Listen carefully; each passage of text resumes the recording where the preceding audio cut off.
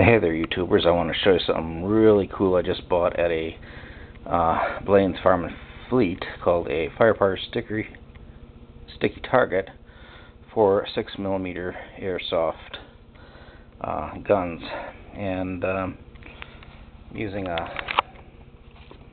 Colt 45 airsoft gun with a laser thing, and it's not the original band that was on it, but you know. And I'm using Second Chance BBs. They're green. And this is the target. The shots usually end up being like 2 or 3 inches away from where the laser ends up. So, well, we're going to take some shots and check it out.